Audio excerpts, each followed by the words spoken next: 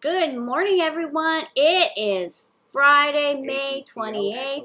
Woohoo! Yep, pretty excited. Okay. It's a long weekend, so real quick, don't forget, but on the Friday before a long weekend, typically we see a lot of volume and activity could just completely dry out. So don't be surprised about that. In fact, I highly recommend making today an Aloha Friday, meaning get the heck out of here and go do something else. You know, here it's going to be raining. You know, it's a good day for a nap. I'm just saying.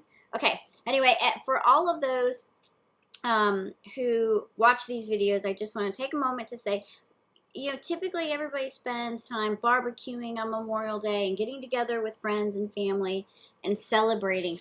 I think it's really important to remember what Memorial Day is about, and that is the sacrifice. So thanks to all of our members who have been in a military family, been in the military, friends and family in the military, all of that. It is a huge sacrifice, so I want to say thank you.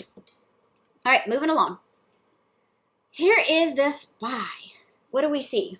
Well, we see that we are still moving up, candles small. Our volume yesterday came up just a little bit, but this whole week, right, we've been a bit under pressure in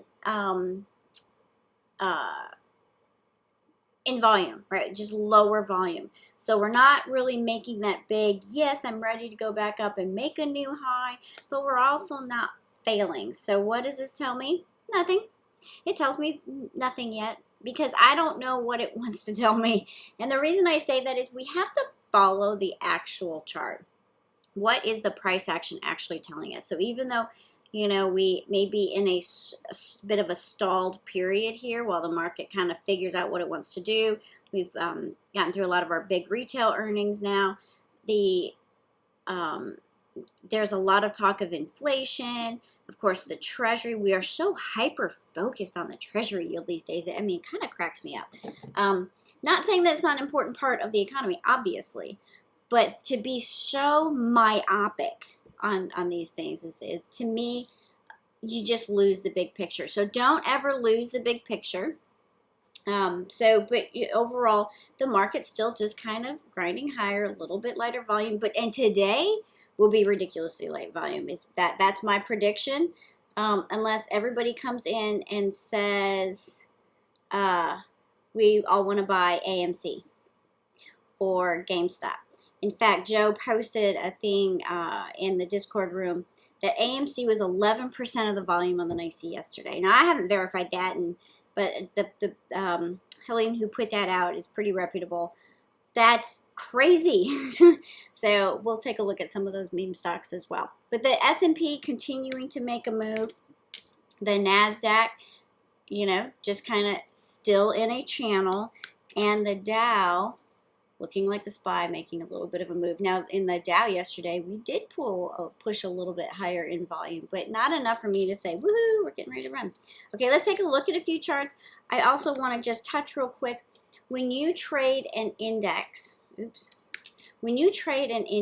so say it's the SPY or the Qs, in my case, it was the IWM, and I leave my orders in good till canceled, the indexes trade an extra 15 minutes after the close. So the markets close at 1600 Eastern time, and these go on to 4:15. Sorry, they closes at 4 p.m. Well, it's 4:15 when these close.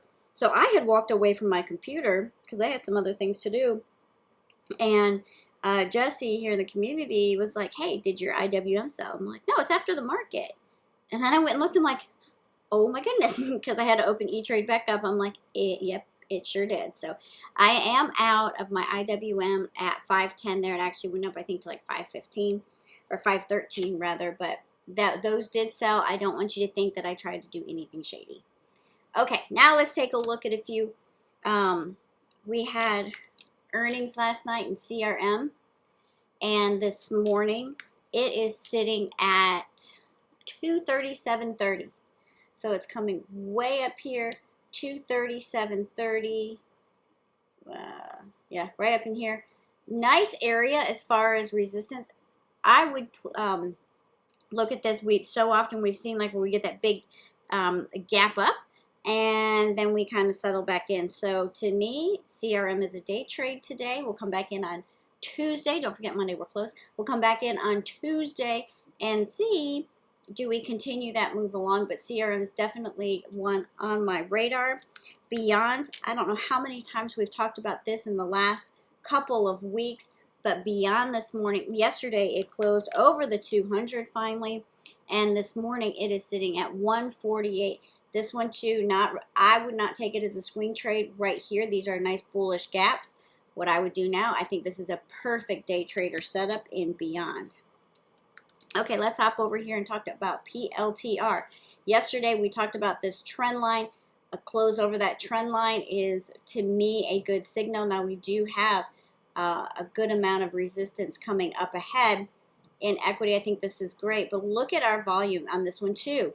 I talk about volume a lot, and I know people are tired of hearing about it, but it is an indicator of where money is going, and this is telling me that people are getting more excited about PLTR. I would actually look for a play up to about 24.43 on this, and then a new one coming in after that, because you can see it really opens up again. I like PLTR. The ones on those that I'm watching are the 716.25s. 716.25. Took a brief peek at snow yesterday. Came up over this channel. I like this here. The 716.260s. We had our earnings. Big run. Lots of volume in here. And not a lot of resistance sitting in these price action, in the price action here, all the way up to like 265, if not higher, to about 286. I think there's a lot of potential there in snow. Funny because it's summer. Honeywell. This one came up on my 3.8 scan, so it came 3.8 up over the 20. You've used the 50 here for a while. Big push up. Big volume bar, looking for a continuation and a breakout in Honeywell. I would look at the 917. I know that's pushing it out there. The 917.240s. There, I mentioned Facebook made a high yesterday. Again, put in some extra volume. I think Facebook for a day trader looks great over 340. We're getting a little bit of a pullback in on. It's just a smidge red here this morning when I first looked. PAGS, P-A-G-S. This one up over the point of control. We did have a nice little spike. We have earnings coming up as a potential catalyst. Big volume. This came up on my on a scan done just for high volume, but it pushed up into this area where there's not a lot of resistance right ahead. So I do like this PAGS going into earnings, and I would look at the 52.50 strike.